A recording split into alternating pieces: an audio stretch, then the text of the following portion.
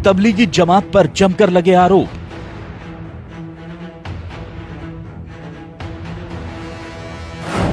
जमात को ठहराया गया कोरोना फैलाने का जिम्मेदार।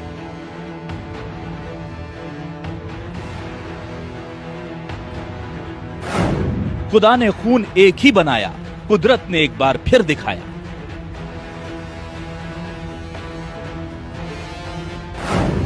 जमातियों का रक्तदान बचाएगा हिंदुस्तान।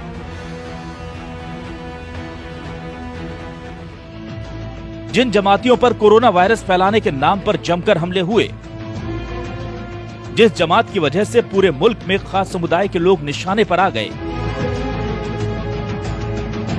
आज वही पूरे देश के लिए मिसाल बनकर खड़े हैं। इनसे मिलिए, ये हैं मुंबई के प्लाज्मा डोनर।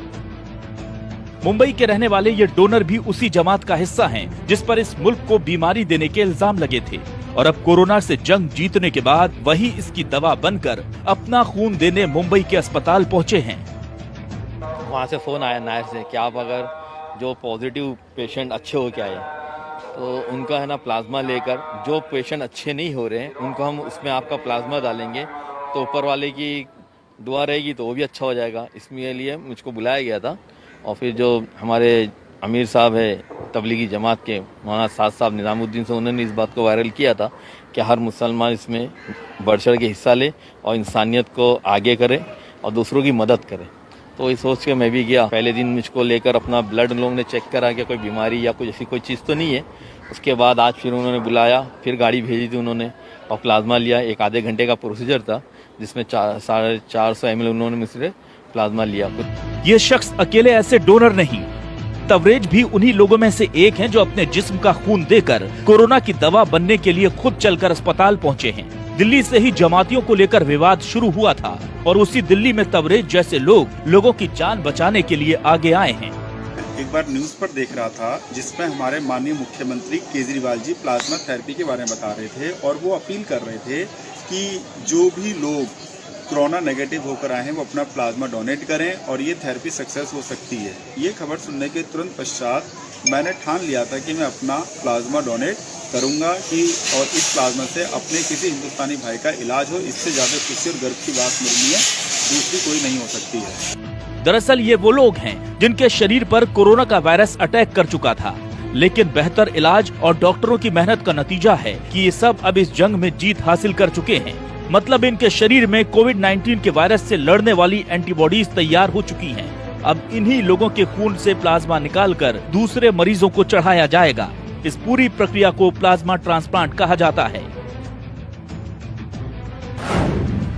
कोरोना से ठीक हुए मरीज से खून निकालना, ठीक हुए रोगी के खून से प्लाज्मा निकालना, खून से निकला प्लाज्मा 4 मरीजों को ट्रांसफर किया जाता है।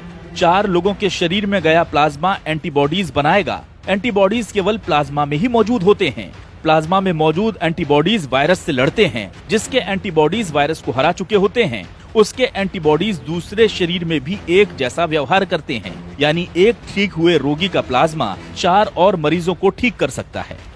जाहिर है बनाने वाले ने कोई भेद नहीं किया था, इसलिए कुदरत के इस कहर की काट भी सबके शरीर में एक सी ही है। और अब इसी नेमत के जरिए कोरोना को हराने का बीड़ा उठाया गया है।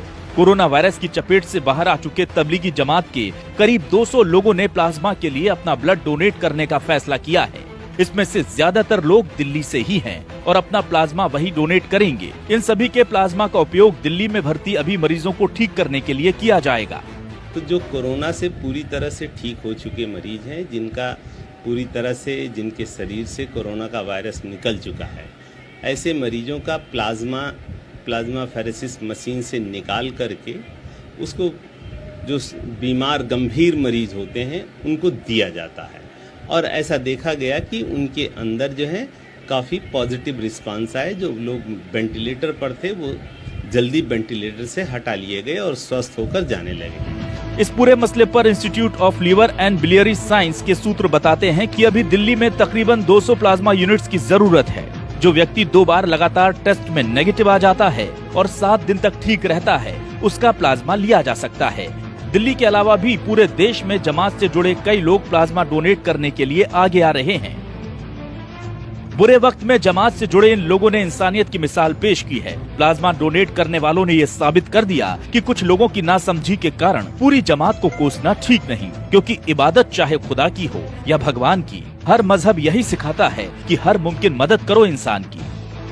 जिस कोरोना के कहर ने समाज में बड़ा अलगाव पैदा करने की कोशिश की थी, आज उसी के इलाज के कारण कई मुस्लिमों का खून हिंदुओं की रगों में दौड़कर ये पैगाम देगा कि हमारे मजहब चाहे अलग हों, कुदरत की नजर में तो हम एक ही हैं। Bureau report, news 24।